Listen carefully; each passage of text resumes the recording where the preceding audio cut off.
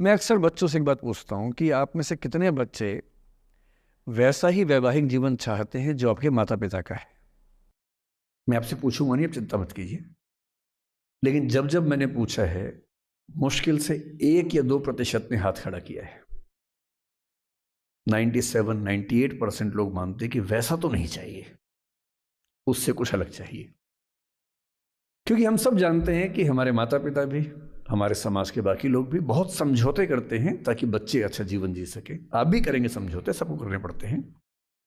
ये है कि आप समझौते शायद उतने नहीं करेंगे जितने आपके माँ बाप ने किए होंगे, उनके माँ बाप ने और ज़्यादा किए होंगे। हर पीढ़ी कम समझौते करती है, ये समाज के विकास का एक तरीका होता है। पर ऐसा होता है कि आप एक ऐसे रिश्ते में आप छोड़ भी नहीं सकते, जी नहीं पा रहे, छोड़ सकते नहीं।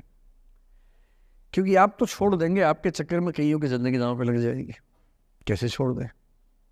3 छोटे छोटे बच्चे हैं, नौकरी है नहीं, वो माँ अपने पति से रोज़ प्रताड़ना झेलती है, बुरी बातें सुनती है, उसके पास कोई सिक्योरिटी नहीं है, वो बच्चों को नहीं छोड़ सकती, बच्चों को लेके कहाँ जाएगी, क्या करे? टॉक्सिक रिश्ता है।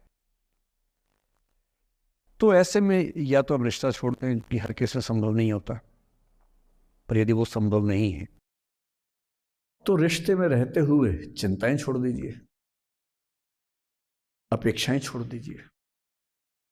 भाई, तेरी अपनी जिंदगी, मेरी अपनी जिंदगी, एक घर में रहेंगे पर रोज युद्ध नहीं करेंगे, बीपी नहीं बढ़ाएंगे, शुगर नहीं बढ़ाएंगे, तनाव नहीं बढ़ाएंगे। तुम्हारा अपना स्पेस, मेरा अपना स्पेस, ठीक है, एक छत के नीचे हैं, काम चला लेंगे, किसी और को नहीं बताएंगे, दुनिया के सामने अच्छी अच्छी फोटो खिंचवाते रहेंगे स्माइल कर करके चेहरा, पर कम से कम बच्चे सफ़र ना करें, परिवार सफ़र ना करे, जी लेंगे, झेल लेंगे।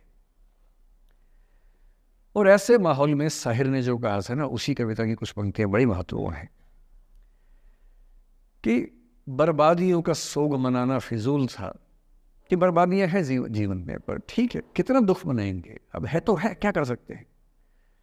बर्बादियों का सोग मनाना फिजूल था, बर्बादियों का जश्न मनाता चला गया। और फिर अंत में इतनी सुंदर बात कहते हैं, गम और खुशी में फर्क न महसूस हो जहां, मैं दिल को उस मुकाम पे लाता चला गया। कि ठीक है, जैसी ज़िंदगी है उसको वैसे जिएंगे, अपेक्षाएं नहीं पालेंगे, ना तुम उम्मीद करना, और हम किसी तरह से मैनेज करके ज़िंदगी गुजार लेंगे। ये है अंतिम जो आपके जीवन में समस्या हो सकती है, करियर को लेके हो सकती है। कि आपने कुछ करियर दिमाग में रखा हुआ है, ठान लिया है कि आईएएस बनना है या कुछ बनना है। आप कुछ भी ठान लें, सिर्फ आपके हाथ में नहीं होता है। सफलताएं असफलताएं जीवन में रहती हैं। 10-11 लाख लोग आईएएस का फॉर्म भरते हैं, 5 लाख आईएएस का एग्ज़ाम देते हैं, 1000 का सिलेक्शन होता है। हर एग्ज़ाम में घुमा फिरा की ही स्थितियाँ होती हैं। पॉलिटिक्स में, स्पोर्ट्स में, बिजनेस में, हर जगह कंपटीशन इतना है। सफल होने की जितनी संभावना है, उससे कई गुना संभावना विफल होने की हर क्षेत्र में है। सफल नहीं हो पाए तो क्या करेंगे? और मैंने ऐसे लोगों को देखा है कि आईएएस नहीं बन पाए 20 साल पहले, और 20 साल से रोज़ घुट रहे हैं कि आईएएस नहीं बन पाए। रात दिन यही ख्याल होता है कि आईएएस नहीं बन पाए, या पीसीएस नहीं बन पाए, या कुछ खास सोचा था जो नहीं कर पाए। तो मैं आप लोगों से निवेदन करूंगा कि यदि आपकी आर्थिक पृष्ठभूमि ऐसी नहीं है कि जो बहुत मजबूत हो, तो हमेशा एक बैकअप ऑप्शन ज़िंदगी में लेके चलिए। किसी करियर को दिमाग पे इतना हावी मत होने दीजिए कि वो नहीं मिलेगा तो कुछ नहीं होगा। आप उस दौर के व्यक्ति हैं जहां इतने ऑप्शंस दुनिया में हैं जितने कभी नहीं थे। इतने ऑप्शंस हैं, बस एक ठीक ठाक सा व्यक्तित्व बना लीजिए, एक ठीक ठाक सा कॉन्फिडेंस रखिए अपने ऊपर। और यदि आपके पास बेसिक स्किल्स हैं, भाषा की, चिंतन की, समझने की, कैलकुलेशंस करने की, प्लानिंग करने की, स्ट्रेटेजाइज करने की, और मेहनती आप हैं, मैं गारंटी से कह रहा हूँ कि इस दुनिया में कंपटीशन नंबर्स में बहुत ज़्यादा है, कायदे का कंपटीशन नहीं के बराबर है। बहुत मजबूत लोगों से आपको भिड़ना नहीं पड़ता है। भिड़ते हैं 5 लाख से, पर उन 5 लाख में कुछ ही हैं जो भिड़ने लायक है। इतना कॉन्फिडेंस रखिए। जैसे कहते हैं ना कि हम भी दरिया है, हमें अपना हुनर मालूम है, जिस तरफ भी चल पड़ेंगे रास्ता हो जाएगा। इतना भरोसा अपने ऊपर रखिए कि ठीक है, ये नहीं तो कुछ और करेंगे, वो नहीं तो कुछ और करेंगे, लेकिन कुछ ना कुछ बढ़िया कर लेंगे। और उस बढ़िया करने की शुरुआत कॉलेज की ज़िंदगी से होती है। उड़ान सोसाइटी संभाल लेंगे, निष्ठा संभाल लेंगे। अभी मैडम ने बताया कि 80 सोसाइटी से बताई, इसके में 60 बताई। 60 सोसाइटीज़ हैं, किसी सोसाइटी का हिस्सा बन जाइए। ये सोसाइटीज़ का हिस्सा बनने का असली पर्पस क्या है? इसी बहाने एक्सपोजर मिलता है, आप कुछ करते हैं, मंच पे आते हैं, लोगों से मिलना जुलना होता है, स्किल्स डेवलप होती हैं, और अंत में जो जीवन में काम आता है यही स्किल्स काम आते हैं। और यदि वो स्किल्स हमने डेवलप कर लिए, और वो स्किल्स पढ़ाई से नहीं आती हैं, जो क्लासरूम के अंदर की पढ़ाई है वो सबसे कम महत्वपूर्ण चीज़ होती है कॉलेज में। कॉलेज में सबसे ज़्यादा महत्वपूर्ण है ये अपॉर्चुनिटीज़, लोगों से बात करना, कुछ ऑर्गेनाइज करना, कहीं फेल होना, कहीं पास होना, वो सब करते रहिए। और मैं दावे से कह रहा हूँ कि इस दुनिया में कंपटीशन कहने के लिए ज़्यादा है, दरअसल ज़्यादा नहीं है।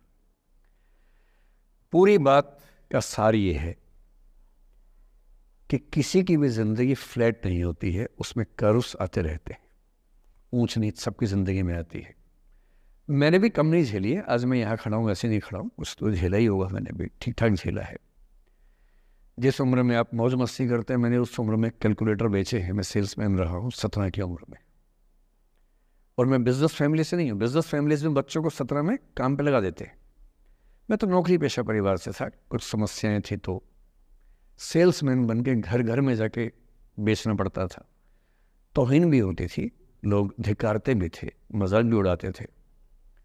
वो समझे ना है, अपना खर्चा 17 की उम्र से खुद उठाया है, क्योंकि घर में दिक्कत थी। तो क्यों मांगू मैं घर से पैसे भाई, जब मुझे पता है कि मेरे घर में दिक्कत थी उस समय, क्यों मांगू?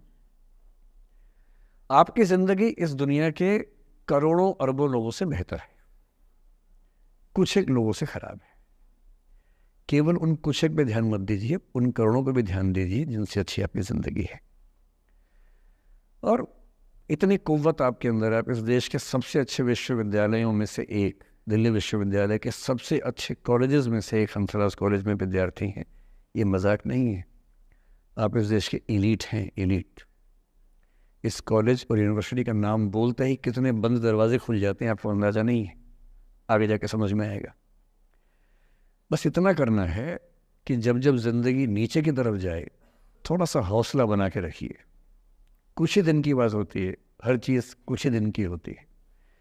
बहुत अच्छे वक्त में और बहुत बुरे वक्त में एक ही वाक्य कॉमन याद रखिए, कुछ दिनों की बात है, ये वक्त गुजर जाएगा।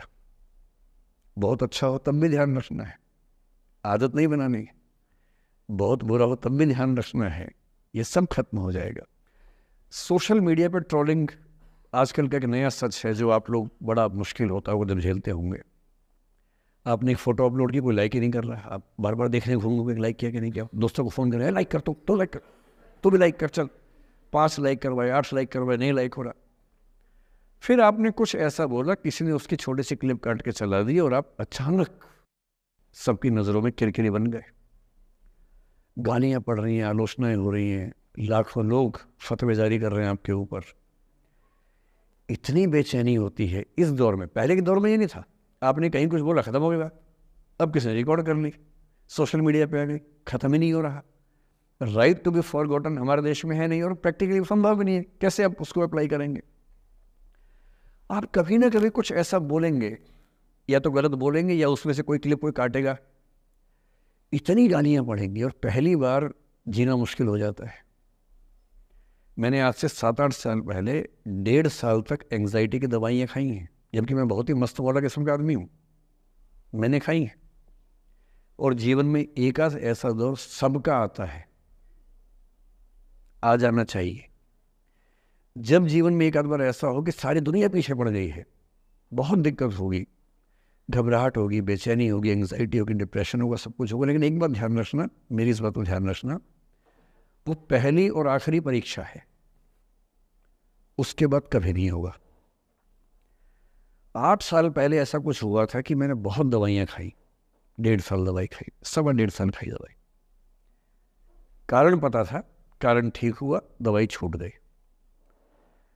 उसके बाद मैंने ज़िंदगी का सबसे मुश्किल फेज़ पिछले साल झेला था, जब मेरे एक वीडियो की क्लिप मीडिया पर चली, FIR हुई, पता नहीं क्या क्या हुआ, सब कुछ हुआ, पर मैं आपके सामने बहुत ईमानदारी से कह रहा हूँ, मुझे तनाव नहीं हुआ, डिप्रेशन नहीं हुआ, एंग्जाइटी नहीं हुई, क्योंकि मैं पहले झेल चुका था। अब पिछले 7 दिन से मेरी 5 साल पहले की एक क्लिप चला रहे हैं वीडियो आजकल। 2019 के इलेक्शन से पहले जनवरी में मैं एक क्लास लेते हुए कह रहा हूँ कि अब इलेक्शन का टाइम आ गया, अब मंदिर का तमाशा शुरू हो जाएगा और ये पॉलिटिक्स के मामले हैं, सब बेकार की बातें। उस समय ना सुप्रीम कोर्ट का जजमेंट आया था, ना कुछ और हुआ था। आज मेरा बड़ा सीधा स्टैंड है कि जब सुप्रीम कोर्ट की कॉन्स्टिट्यूशन बेंच ने 5-0 से सहमति दी है और उसके बाद कॉन्स्टिट्यूशन तरीके से मंदिर बन रहा है, मैं कौन होता हूँ नाराज़ होने वाला? मुझे क्यों खुश नहीं होना चाहिए? दुनिया में हर धर्म के ईश्वरों के नाम पर मंदिर हैं, उनके जन्म स्थान पर मंदिर हैं। मेरे धर्म में क्यों नहीं होना चाहिए? मुझे क्यों परेशान होना चाहिए? और कुछ लोग पिछले 7 दिन से 5 साल पहले की क्लिप चला रहे हैं। मेरी टीम परेशान है, मैं परेशान नहीं हूँ। मुझे भेजते हैं कि सर ऐसे हो गया, सर इतने वीडियो चल रहे हैं। मैं सुनता हूँ पर तनाव नहीं होता है, क्योंकि मुझे पता है कि किसी दिन किसी मंच पर हो, जैसे आज मैंने बात बोल दी, कहीं और बोल दूंगा, बात खत्म हो गई। कितना लोड लेंगे? और आप लोड लेते रहेंगे तो दुनिया देते रहेगी। दुनिया के पास बहुत है देने के लिए, वो हमेशा देते रहेंगे। खुद को ऐसा फूल प्रूफ बना लीजिए, शील्ड बना लीजिए अपने आसपास कि तनाव आता है फिसल के निकल जाता है। और अगर आप तनाव झेलने के लिए समर्थ हो जाते हैं, लेट गो कर देते हैं, मैं दावे से कह रहा हूँ, सफल कितने होंगे मुझे नहीं पता, ज़िंदगी आपकी शानदार होगी, ये मैं गारंटी दे रहा हूँ। और जब जब बुरा अनुभव हो, जब जब जीवन में बुरा अनुभव हो, सबको होता है, आपको भी होगा। जब जब बुरा अनुभव हो, मेरा सूत्र वाक्य है, जो मेरे व्हाट्सएप का स्टेटस भी है परमानेंट, मेरे दिल में गुथा हुआ है, दिल पे छपा हुआ है, सबको बोलता हूँ, हर क्लास में बोलता हूँ, आपको भी बोल रहा हूँ। एक लाइन याद रखना, क्यों डरे जिंदगी में क्या होगा, कुछ ना होगा तो तजुर्बा होगा, उससे बड़ा कुछ नहीं है। अब मैंने ठीक ठाक टॉर्चर कर लिया बच्चों पर, इससे ज़्यादा करना शोभा नहीं देता। इसके साथ ही बात समाप्त करता हूँ। बहुत बहुत धन्यवाद सुनने के लिए।